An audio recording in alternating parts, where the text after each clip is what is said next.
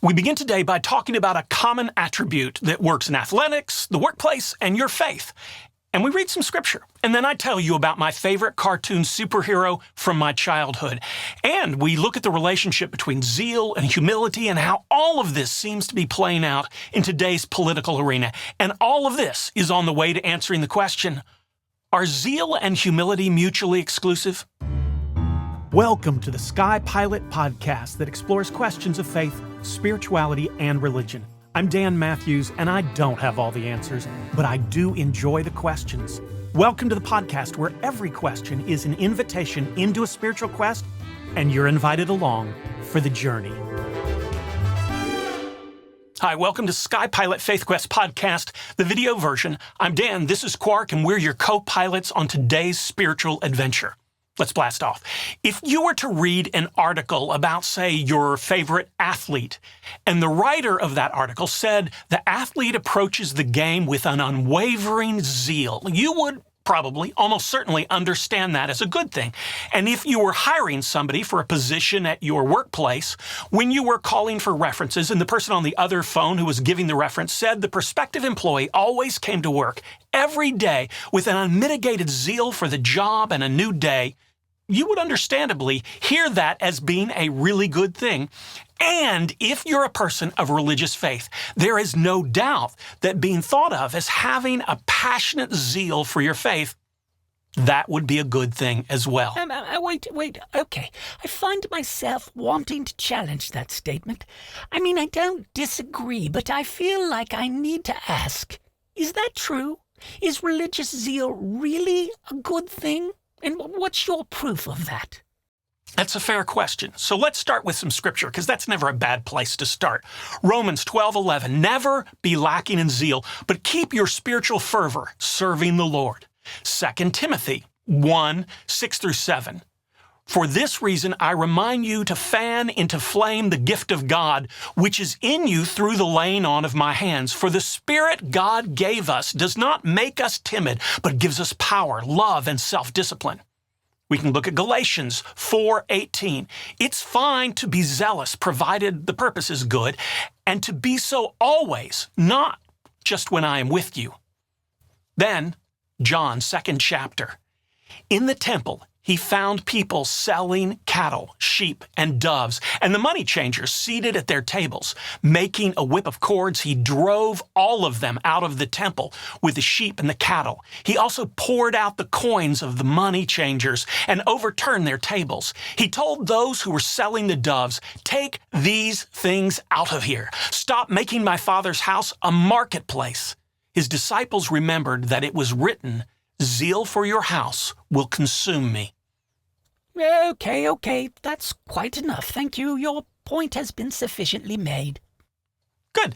Now, in addition to zeal, we could equally say, well, though maybe less true in our present culture than it used to be, but we could equally say that humility is a positive spiritual trait. And who is our ultimate example of a life of humility? Well, of course, the answer is going to be Jesus. Oh, yeah, that's a great answer, too. I was thinking, kind of thinking of underdog, actually. Okay, I know what an underdog is, but you don't seem to be talking about an underdog, do you? There's something different going on here. No. Perhaps I should explain for you. As a kid, I loved the Saturday morning cartoon show called, not surprisingly, Underdog. It only ran from when I was 3 years old to I was 5 years old, but I remember it really clearly. Underdog in the opening sequence of the show is always described as humble and lovable.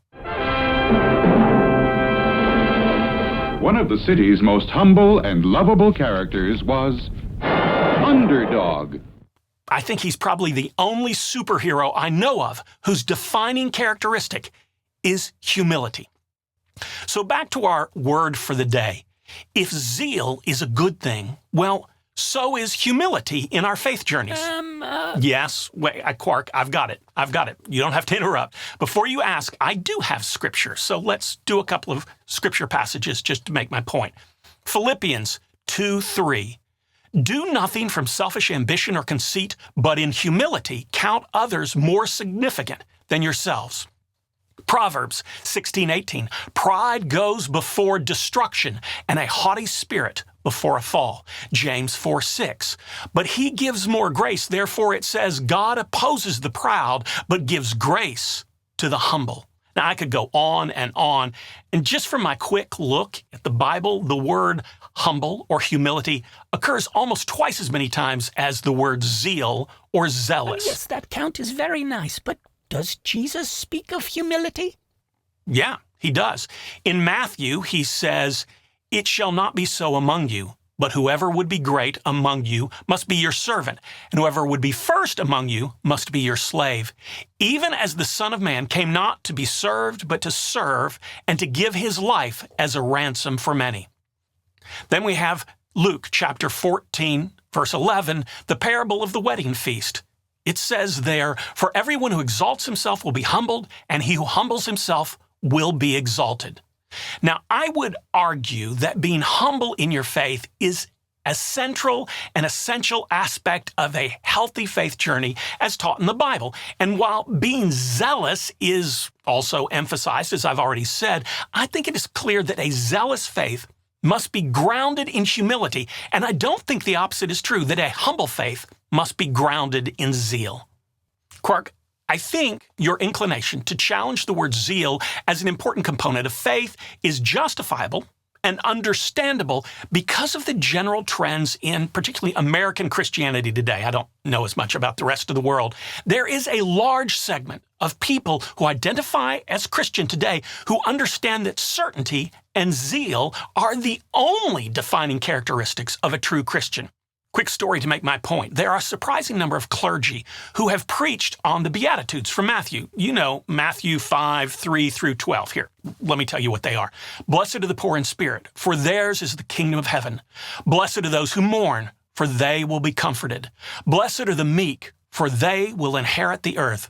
Blessed are those who hunger and thirst for righteousness, for they will be filled. Blessed are the merciful, for they will receive mercy. Blessed are the pure in heart, for they will see God. Blessed are the peacemakers, for they will be called children of God. Blessed are those who are persecuted for the sake of righteousness, for theirs is the kingdom of heaven. Blessed are you when people revile you and persecute you and utter all kinds of evil against you falsely on my account. Rejoice and be glad, for your reward is great in heaven. For in the same way they persecuted the prophets who were before you. Okay, that's the Beatitudes. Now, going back to my story, there's a surprising number of clergy who have preached on these words and other words from the Sermon on the Mount, and after they've preached on them, they've had parishioners confront them after church, saying, where did you get that liberal, woke, weak stuff you quoted from the pulpit today? And the pastor says, oh, that's from the Bible. Yeah, well, we don't believe that stuff. The pastor, thinking to settle the matter, says, well, that's not just from the Bible. Those are actually the teachings of Jesus. Those are his actual words, to which the parishioner often says something like this, maybe so, but those don't work anymore. Those are old and outdated ideas that don't work in today's world. Oh my. Okay, just a quick question. How do you know that?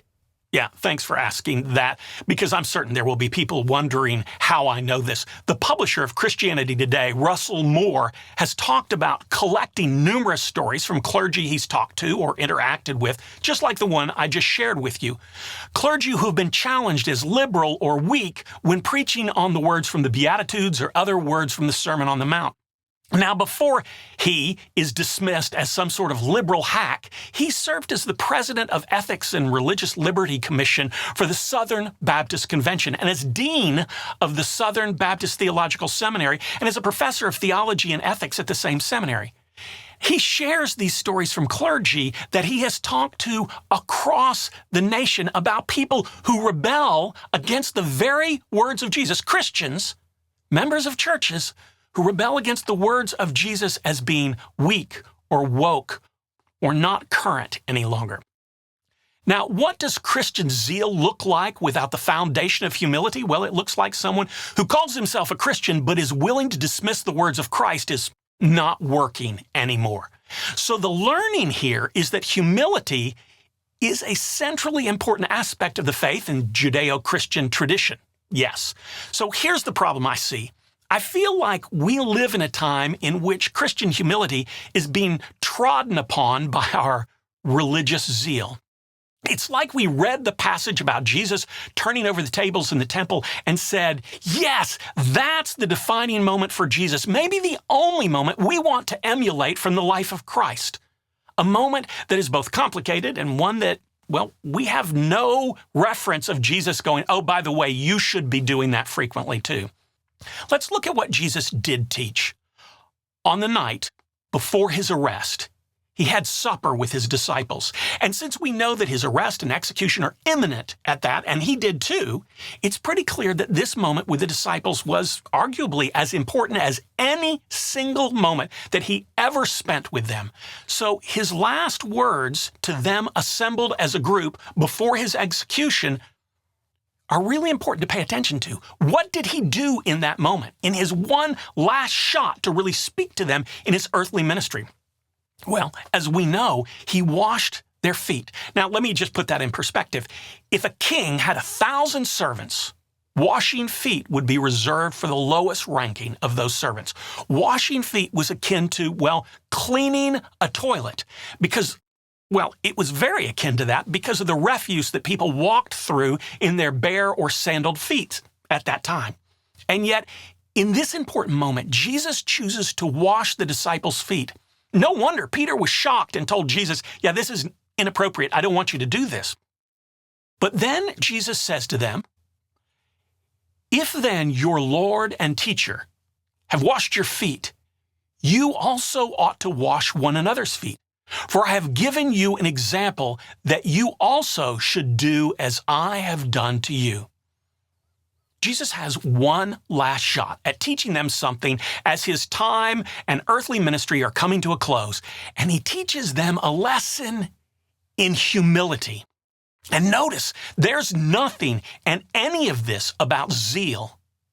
And yet, we seem absolutely focused on zeal and not humility these days. First, let me say that I think in the United States, a large part of this is that the religious zeal that many of us are displaying is really just political zeal wrapped up in the trappings of faith to give it more validity. And we have a candidate running for president who has openly acknowledged that he has never asked God for forgiveness. Now stop to think about that. He's a Christian, according to him, but he has never asked God for forgiveness. Not once. And that's by his own admission. He says the Bible is the greatest book of all time, but The Art of the Deal, his own book, he says is a pretty close second. His words again, not mine. He claims that many evangelicals in the United States say this, and this is a quote from him, he's like the greatest pastor we've ever had. That's a direct quote again, straight from him. If ever there were a person who claims the mantle of Christian and is all zeal and no humility, it's Donald Trump. And millions of Christians don't see a problem with this. They think he is the most important voice and champion for Christian values that we have in the world today. Now, what does he say about his faith? He says, I'm a Sunday church person. I love church. I love the Bible. No one reads the Bible more than me. Now, first, let me just say, I went to seminary and spent my career reading and teaching about Scripture, and I would never say that no one reads the Bible more than me. First, it would come out with a level of hubris that would make me uncomfortable just to say it. And second, because it isn't true. I know there are scholars and devout people who spend hours and hours every single day reading the Bible. I know there are those who read it far more than me. And I can say without any fear that I am wrong whatsoever that Donald Trump does not read the Bible more than everyone else. Matter of fact, I'd be willing to guess that he could not name the first 5 books of the Old Testament or tell us where the book of Acts falls in the Bible. This is the same guy who, when asked what his favorite Bible verse is, well, he declined to answer. The greatest book of all time, and he's the single most avid reader of all time, according to him, but he can't or won't name a verse that he likes. Look, you may ask why I am singling out Donald Trump. again, because I think there are a lot of people who see him as a religious figure who's going to save America and give it back to the Christians, whatever that might mean. Religious zeal or political zeal, shoot, any kind of zeal that isn't tempered by, and more importantly, grounded in humility, is just you trying to get your way imposed on others and calling it something else. Again, Quark, your question at the start was absolutely the right one.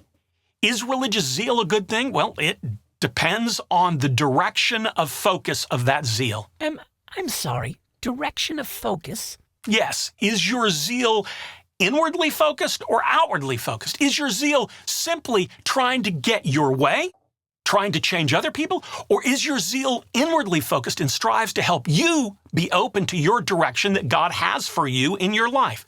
Is your faith chosen to help you?